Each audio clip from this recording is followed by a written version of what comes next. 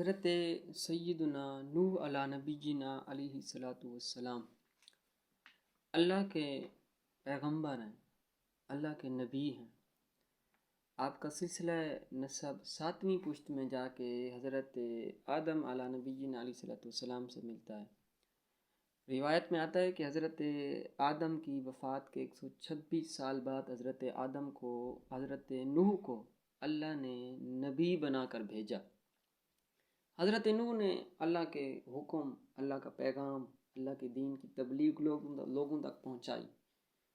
قرآن پاک میں آتا ہے کہ 950 سال حضرت نوح نے اللہ کا توحید اور اللہ کا دین لوگوں تک پہنچایا۔ 950 سال کی تبلیغ کے بعد جو حضرت نوح پر ایمان لائے تھے ان لوگوں کی تعداد تھی صرف اور صرف 80۔ لوگ حضرت نوح کا مذاق اڑاتے۔ حضرت نوح علیہ السلام جب کہتے میں نبی ہوں تو وہ لوگ کہتے تھے آپ کیسے نبی ہیں؟ آپ کا بھی گوشت ہمارا بھی گوشت، آپ بھی ہمارے اندر رہتے ہیں اور ہم بھی آپ کے ساتھ رہتے ہیں، تو نبی کیسے ہوا؟ اگر کوئی فرشتہ ہوتا تو پھر سمجھ میں آتا، آپ کیسے نبی بن گئے؟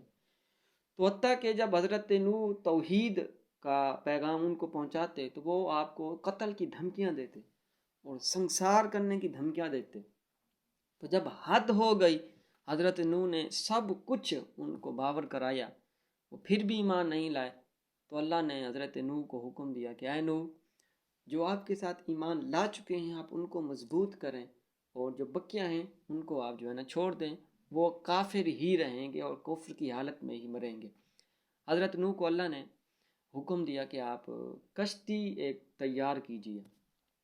حضرت نوح علیہ نبینا علیہ الصلوۃ والسلام نے اللہ کے حکم پر کشتی بنانے کے لیے درخت بوئے۔ روایت میں آتا ہے کہ ایک روایت میں 20 سال اور ایک روایت میں 100 سال لگ گئے اس درخت کو بناتے بناتے۔ جب بن گیا تو اللہ کے حکم سے وہ کشتی حضرت نوح تیار کرنے کے لیے شروع ہو گئے۔ تو جب کشتی بنا رہے تھے لوگ آ کے مذاق کرتے، قبیلے والے، وہ کہتے کہ کل تو آپ کہتے تھے میں نبی ہوں اور آج آپ بڑھائی بنے ہوئے ہیں، لکڑی سے کشتی بنا رہے ہیں، اور کشتی کیسے بنا رہے ہیں؟ جنگل میں بنا رہے ہیں، یہاں پہ تو کوئی پانی کا نام و نشان بھی نہیں ہے۔ تو حضرت نوح ان کو جواب دیتے کہ آج آپ ہمارے ساتھ مذاق کر رہے ہیں، کل ہم آپ کے ساتھ مذاق کریں گے۔ جب کشتی تیار ہو گئی تو روایت میں آتا ہے کہ جو کشتی تھی وہ 300 گز لمبی کشتی تھی، 50 گز چوڑائی تھی اور 30 گز اس کی اونچائی تھی۔ اس کے 3 درجے تھے۔ جتنے بھی مخلوقات تھی وہ ساری کی ساری کشتی میں سوار ہونا تھی۔ حضرت نوح نے سب کو حکم دیا اور مخلوقات میں سے جتنی بھی تھی ہر جوڑا آپ نے اس کشتی میں سوار کیا۔ سیدھے ہاتھ سے آپ نر کو اٹھاتے اور الٹے ہاتھ سے آپ مادے کو اٹھاتے۔ جب حضرت نوح کشتی میں سوار کر رہے تھے تو سانپ اور بچھو آ گئے۔ سانپ آ گیا، انہوں نے کہا ہمیں بھی سوار کرے، تو حضرت نوح نے کہا کہ آپ نقصان تو نہیں دیں گے؟ انہوں نے کہا نہیں ہم نقصان نہیں دیں گے، تو آپ نے ان کو بھی سوار کیا۔ اور حضرت جب کشتی میں سب سے پہلا جانور پرندہ سوار ہوا وہ طوطا تھا۔ جب سارے سوار ہو گئے اور حضرت نوح کے ساتھ آپ کے 7 اہل افراد بھی تھے، 3 آپ کے بیٹے تھے اور 3 آپ کی ان بیٹوں کی بیویاں تھیں اور ایک آپ خود تھے۔ آپ نے سوار ہو گئے اور آپ نے فرمایا کہ اب کشتی اللہ کے حکم سے چلے گی اور رکے گی بھی کشتی اللہ کے حکم سے ہی۔ آپ کا ایک بیٹا تھا کنعان اور آپ کی ایک بیوی تھی وائلہ۔ یہ مومن نہیں تھے، آپ پر ایمان نہیں لائے، اللہ کی توحید کو انہوں نے بیان نہیں کیا۔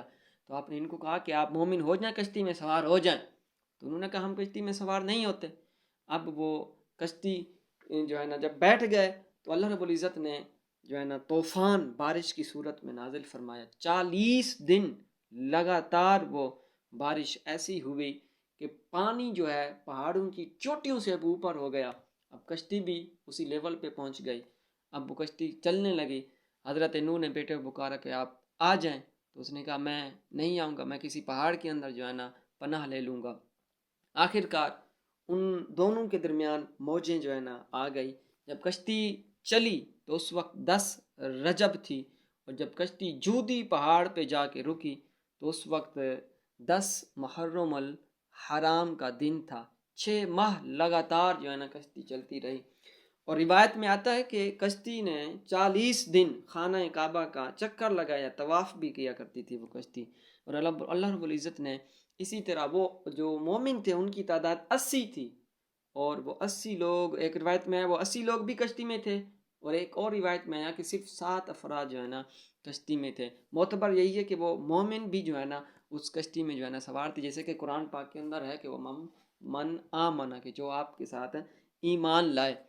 جب جودی پہاڑ پر جا کے رکی تو پھر اللہ رب العزت نے حضرت نوح کو پھر حکم دیا کہ آپ کشتی سے باہر نکلیں، پانی خشک ہو گیا ہے اور آپ جا کے جو ہے نا یہ سارا معاملہ کریں. تو اللہ رب العزت نے یہ قوم نوح کو ایک طوفان کے اندر غرق کیا. انہوں نے اللہ کی نافرمانی کی، اللہ کے نبیوں کا مذاق اڑایا، تو اللہ نے دیکھیں کیسے ان کو جو ہے نا عذاب دیے کہ سب کچھ نیست و نابود کر دیا. اور اللہ نے اس کا بالتفصیل کئی صورتوں کے اندر حضرت نوح علیہ السلام کا واقعہ بیان فرمایا. اللہ پاک ہم سب کو اس واقعے سے عبرت حاصل کرنے کی توفیق عطا